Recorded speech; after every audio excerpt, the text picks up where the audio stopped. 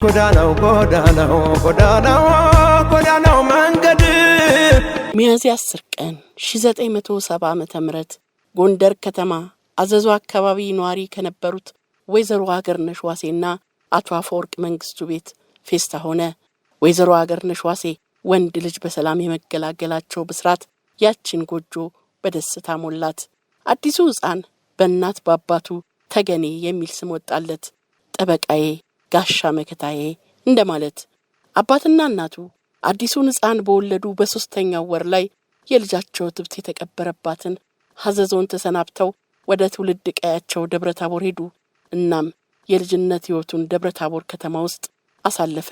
ይህ ልጅ በኋለኛው ዘመን በኢትዮጵያ ሙዚቃ ውስጥ ስሙ የሚጠቀስ ድምፃዊ ይሆናል ብሎ ያሰበ ግን ማንም አልነበረም።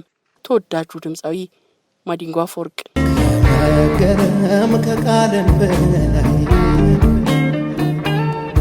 የማዲንጎ ቤተሰብ ለመንፈሳዊ ዓለም ቅርብ ነው። አባቱን ጨምሮ አብዛኛው ቤተሰብ የቤተ ክህነት አገልጋይ ነበሩ።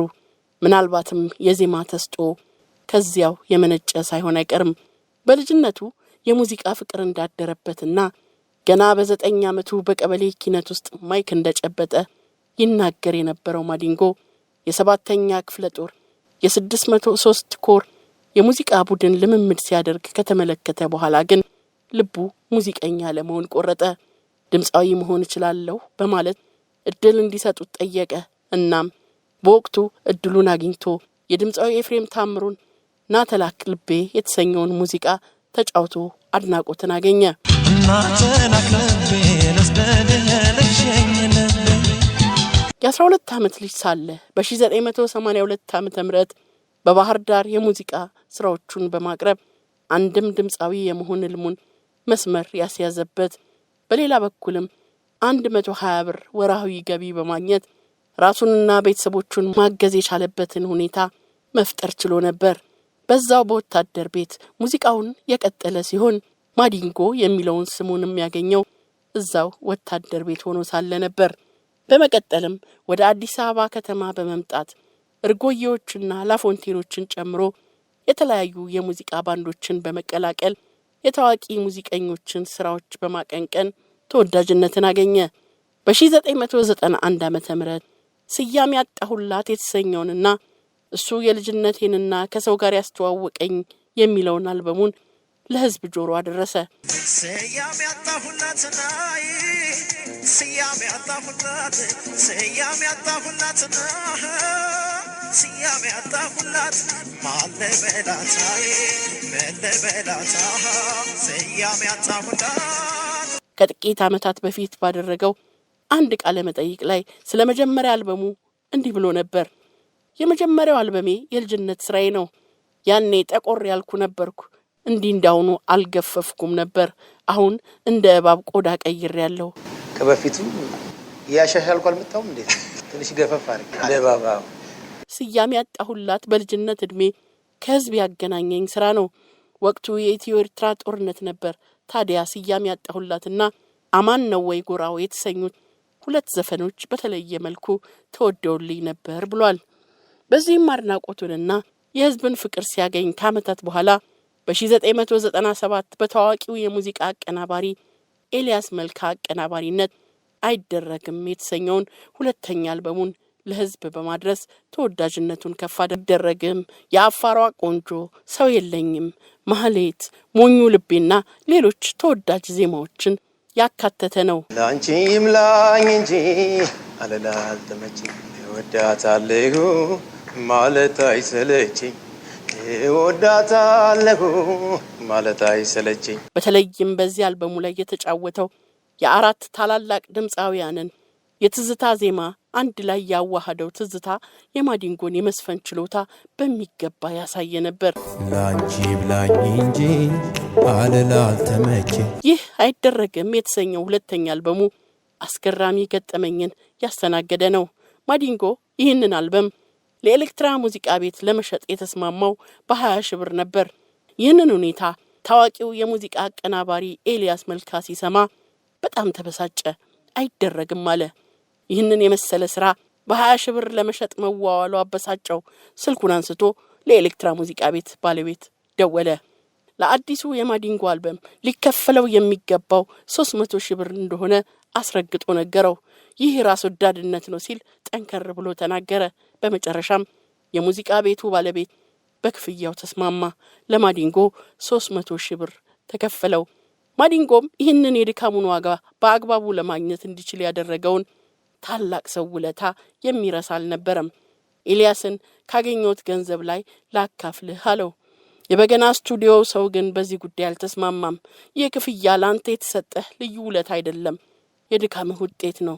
ገንዘቡን አልቀበልህም አለው። ጎዳናው ጎዳናው ጎዳናው ጎዳናው መንገድ አይደረግም የተሰኘው ሁለተኛው አልበሙን ካወጣ ከ8 ዓመት በኋላ ስወድላት የሚል ስያሜ የሰጠውን ሶስተኛ አልበሙን በ2007 ዓ.ም ለአድማጮች እንካችሁ አለ። ስወድላት ላፈቀራት ሰው ስወድላት ፍቅር መስጠት። በዚህ የሙዚቃ አልበም ውስጥ ስወድላት፣ እባክሽ ታረቂኝ፣ ውሰጃትና ጎዳናው የተሰኙና ሌሎች ሙዚቃዎች ተካተዋል። ጎዳናው ጎዳናው ጎዳናው ጎዳናው መንገድ። ይኸው ስወድላት የተሰኘው አልበሙ በተለያዩ የሙዚቃ ውድድሮች እጩ የተደረገ ሲሆን ምርጥ የፍቅር አልበም ተብሎም ለሽልማት በቅቷል። ከአልበሞቹ በተጨማሪ በላይ የተሰኘ ከብርሃኑ ተዘራ ጋር የተጫወተው ለአባይ ወይስ ቬጋስ ፊልም የሰራው ማጀባ ሙዚቃና ሰላም ያገር ሰው የተሰኙ ዘፈኖች ከስራዎቹ ውስጥ የሚጠቀሱ ናቸው። ጎዳናው ጎዳናው ጎዳናው ጎዳናው መንገድ። ማዲንጎ አገር ወዳድ አርበኛም ነው። በተለይም ኢትዮጵያ በተፈተነችበት ወቅት እያመመው ግንባር ድረስ በመሄድና በማሰልጠኛ የሚገኙ ምልምል ወታደሮችን በማነቃቃት የራሱን ታሪክ የሰራ ብርቅዬ ድምጻዊ ነበር። ግንባር ድረስ በመዝመትም በወርቃማ ድምጹ ሰራዊቱን በማዝናናት የህዝብ ልጅነቱን አስመስክሯል። ለዚህም በቅርቡ ከጠቅላይ ሚኒስትር አብይ አህመድ እጅ እውቅናና ሽልማት ተበርክቶለታል።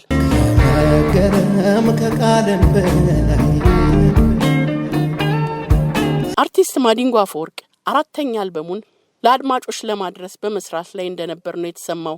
አይቀሬው ሞት ድንገት ፈጥኖ ቀደመው እንጂ ከሶስተኛ አልበሙ መውጣት በኋላ ከሰይፉ ፋንታውን ጋር ባደረገው ቆይታ በቀጣይ በ8 ዓመታት ውስጥ 3 አልበሞችን ለማውጣት አቅዶ እንደነበር የተናገረው አርቲስት ማዲንጎ አፈወርቅ በወጣትነቱና ብዙ መስራት በሚችልበት እድሜው ባደረበት ድንገተኛ ህመም ምክንያት መስከረም 17 ቀን 2015 ዓ.ም ከዚህ ዓለም በሞት ተለይቷል። ስያሜ ያጣሁላትና ስያሜ ያጣሁላት ስያሜ ያጣሁላትና ስያሜ ያጣሁላት ማለበላታዬ መለበላታ ስያሜ ያጣሁላት። የማዲንጎ ህልፈት ድንገተኛና አስደንጋጭ ነበር። ሁሌም ከሚሰራበት የምሽት ክለብ በስራ ላይ ነበር ያመሸው። ገጽታው ላይ እንኳን የሞት ጠንከር ያለ ህመም እንኳን አይታይም። እንደ ሁልጊዜ ሁሉ የናይት ክለቡን ታዳሚዎች ሲያጫውትና ሲያዝናና ነበር ያመሸው። ስራውን ጨርሶ ቤቱ ከገባ በኋላ የሚሰማው የህመም ስሜት ጠንከር ያለ በመምጣቱ መኪናውን እያሽከረከረ ከጠዋቱ 1 ሰዓት ከ30 ሰሚት ወደሚገኘው ተቤራ መካከለኛ ክሊኒክ አመራ። በክሊኒኩ ሕክምና እየተደረገለት ሳለ በአሳዛኝ ሁኔታ ህይወቱ አለፈ። ፖሊስ ክሊኒኩን በመዝጋት ሰራተኞቹን ወደ ወረዳ 10 ሰሚት ፖሊስ ጣቢያ ወስዶ ምርመራ አደረገ። ያሳዛኙ ድምጻዊ አስከሬን አቤት ሆስፒታል ተወስዶ ተመረመረ። ነገር ግን አሟሟቱን የሚገልጽ መረጃ አልተገኘም። የዚህ ተወዳጅ ድምጻዊ ድንገተኛ ህልፈት ያስደነገጠው ቤተሰቦቹንና በቅርብ የሚያውቁትን ወዳጆቹን ብቻ አልነበረም። የሙያ አድናቂዎቹ፣ የሙዚቃ አፍቃሪዎቹና መላው ኢትዮጵያውያንን በድንገተኛ ህልፈቱ አዝነዋል። አብዛኛዎቹም በዚያን ሰሞን የነበራቸውን የመድረክ ስራ ሰርዘዋል። ሐሙስ መስከረም 19 ቀን 2015 ዓ.ም የማዲንጎ ስርዓተ ቀብር የተፈጸመበት ዕለት ነበር። በዚህ ዕለትም የተወዳጁ አርቲስት አስከሬን ከሙያ አባቱ ከታላቁ ከያኒ ጥላሁን ገሰሰ አጠገብ አርፏል።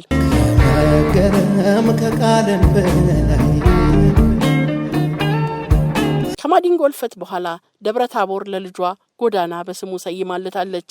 ደብረታቦር ለአርቲስት ማዲንጎ አፈወርቅ ከቴዎድሮስ አደባባይ ወደ ደብረታቦር ኢየሱስ የሚወስደውን ጎዳና ከመስከረም 28 2015 ዓ.ም ጀምሮ ማዲንጎ አፈወርቅ ጎዳና ተብሎ እንዲሰየም አድርጋለች። ማዲንጎ ከወይዘሮ ሮዛ ይግዛው ጋር በነበረው ትዳር ዲቦራ የተሰኘችና በቅርቡ ዱባይ ውስጥ በመሐረግ የተመረቀች ሴት ልጅን አፍርቷል። አበሻ ፖስት ለዚህ ታላቅ ድምጻዊ ሰላማዊ እረፍትን ይመኛል። ገረም ከቃልም በላይ